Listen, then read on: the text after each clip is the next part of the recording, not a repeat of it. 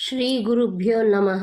ನಮಸ್ಕಾರ ಸ್ನೇಹಿತರೆ, ನಮ್ಮ ಸುಧ್ಯಾನ ವಾಹಿನಿಗೆ ಆತ್ಮೀಯ ಸ್ವಾಗತ.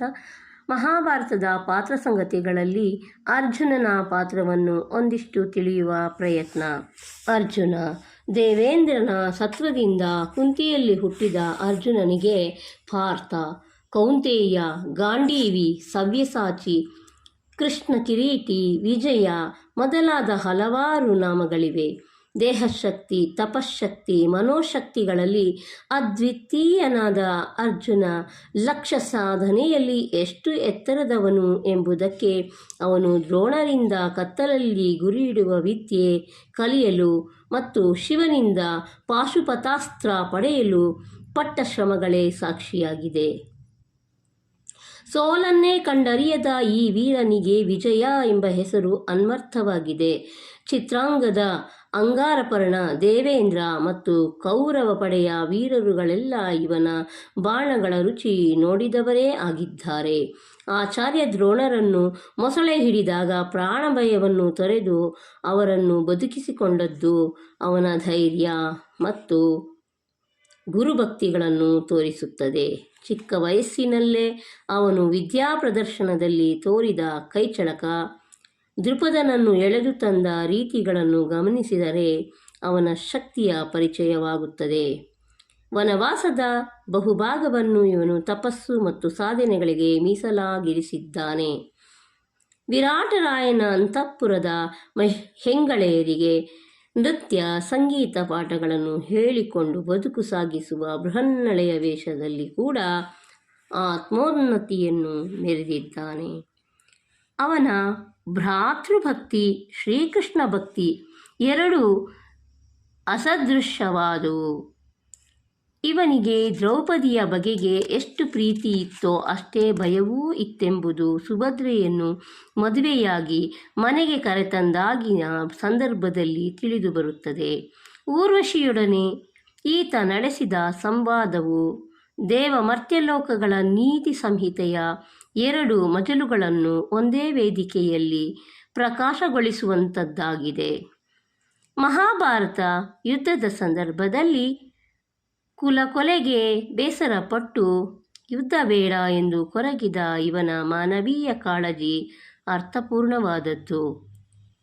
ಭಗವದ್ಗೀತೆಯಂಥ ಶ್ರೇಷ್ಠ ತತ್ವಗ್ರಂಥವು ಹೊರಬರಲು ಈ ವೈರಾಗ್ಯವೇ ಕಾರಣವಾಯಿತು. ಮಹಾಭಾರತ ಯುದ್ಧದಲ್ಲಿ ಇವನಿಂದ ಬಾಧೆ ಪಡದ ವೀರರೇ ಇಲ್ಲ ಎಂದರೂ ಸಲ್ಲುತ್ತದೆ.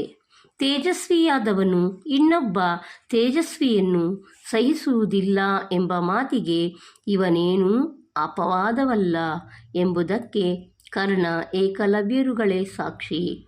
ದ್ರೌಪದಿ ಸ್ವಯಂವರದಲ್ಲಿ ಲಕ್ಷ್ಯಸಿದ್ಧಿಯಲ್ಲಿ ಏಕೈಕ ಬಿಲ್ಲುಗಾರನಾಗಿ ಮೆರೆದು ದ್ರೌಪದಿಯನ್ನು ವಿವಾಹವಾಗುವ ಯೋಗ್ಯತೆಯನ್ನು ಪಡೆದರೂ ತಾಯಿಯ ಮಾತಿಗೆ ಮಣಿದು ಅಣ್ಣ ತಮ್ಮಂದಿರನ್ನೆಲ್ಲ ಮದುವೆ ಹಸೆಯಲ್ಲಿ ಕುಳ್ಳಿರಿಸಿ ತಾವೆಲ್ಲ ಒಬ್ಬಳನ್ನೇ ಮದುವೆಯಾಗಲು ನಿರ್ಧರಿಸುವುದರ ಹಿಂದೆ ಅವನ ಔದಾರ್ಯ ಕಂಡುಬರುತ್ತದೆ.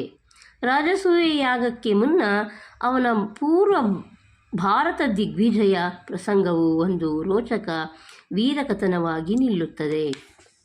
ಅರ್ಜುನನು ಅಣ್ಣನಾದ ಧರ್ಮರಾಯನ ಬಗೆಗೆ ಇಟ್ಟಿದ್ದ ಭಕ್ತಿ ಗಾಢವಾದದ್ದು. ನೆಚ್ಚಿನ ಅಣ್ಣನು ಜೂಜಿನಲ್ಲಿ ಸೋತು ಕಾಡುಪಾಲಾದಾಗ ಕೂಡ ಅವನ ಸಂಗಡವೇ ಇದ್ದು ಕಷ್ಟವನ್ನು ಹಂಚಿಕೊಂಡವರೇ ಹೊರತು ಅಣ್ಣಯ್ಯನ ತಪ್ಪಿಗೆ ಅವನನ್ನು ಛೇಡಿಸುವ ಕೆಲಸವನ್ನು ಎಂದಿಗೂ ಮಾಡಲಿಲ್ಲ. ತನ್ನ ಪರಾಕ್ರಮವನ್ನು ಕೀಳುಗಳೆದು ಕರ್ಣನನ್ನೇ ಧರ್ಮರಾಯನು ಹೊಗಳಿದ್ದಾಗ ಅರ್ಜುನನು ಸಹನೆ ಕಳೆದುಕೊಂಡದ್ದು ನಿಜವಾದರೂ ಅವನಿಗೆ ತನ್ನ ಶಕ್ತಿಯ ಬಗೆಗೆ ತುಂಬ ನಂಬಿಕೆ ಇತ್ತು ಎಂಬುದನ್ನು ಧರ್ಮರಾಯ ಅರ್ಜುನರ ಕಲಹವು ಸ್ಪಷ್ಟಪಡಿಸುತ್ತದೆ. ಅರ್ಜುನನು ರಥವು ಯುದ್ಧ ಭೂಮಿಯಲ್ಲಿ ಬರುತ್ತಿದ್ದರೆ ಶತ್ರುಗಳಿಗೆ ಭಯ, ಜ್ವರವು ಮಹೇಶ್ವರ ಜ್ವರವು ಬರುತ್ತಿತ್ತೆಂದು ಪಂಪ ಹೇಳುತ್ತಾನೆ. ಹಾಗೆ 18 ದಿನವೂ ಶತ್ರುಗಳಿಗೆ ನಡುಕ ತಂದವನು ಅರ್ಜುನ. ಮಹಾಭಾರತದ ಮಹತ್ತರ ವೀರ ದೃಶ್ಯಗಳಲ್ಲಿ ಭಗದತ್ತ ಅರ್ಜುನರ ಯುದ್ಧ, ಕರ್ಣಾರ್ಜುನ ಯುದ್ಧ, ಅರ್ಜುನ ಸಂಸಪ್ತಕರ ನಡುವಣ ಯುದ್ಧಗಳು ಪ್ರಮುಖವಾದವು. ಲೋಕವೀರ ಅಪ್ರತಿಮ ಧನುರ್ವಿದ್ಯಾ ಕುಶಲಿ ಎಂಬ ಮಾತು ಅವನಿಗೆ ಸರಿಯಾದ ಶಬ್ದಗಳು. ಭೀಮಾರ್ಜುನರಂಥ ಇಬ್ಬರು ಮಹಾ ತೇಜಸ್ವಿಗಳು, ವಾಗ್ಮಿಗಳು ಒಂದೇ ಕುಟುಂಬದಲ್ಲಿ ಇದ್ದರೂ ಪರಸ್ಪರ ಕಿತ್ತಾಡದೆ ಹೊಂದಿಕೊಂಡು ಹೋದದ್ದು ಮಹಾಭಾರತದಲ್ಲಿ ಒಂದು ವಿಶಿಷ್ಟ ಅಂಶವಾಗಿದೆ. ಇವೆಷ್ಟು ಅರ್ಜುನನ ಕುರಿತಾದ ಸಣ್ಣದಾದ ಮಾಹಿತಿ. ಮುಂದಿನ ಎಪಿಸೋಡ್ನಲ್ಲಿ ಮತ್ತೆ ಸಿಗೋಣ. ಅಲ್ಲಿಯವರೆಗೆ ನಿಮ್ಮ ಆರೋಗ್ಯದ ಕಡೆ ಗಮನವಿರಲಿ. ನಮ್ಮ ಸುಧ್ಯಾನಕ್ಕೆ ನಿಮ್ಮ ಬೆಂಬಲವಿರಲಿ. ಧನ್ಯವಾದಗಳು ಸ್ನೇಹಿತರೆ.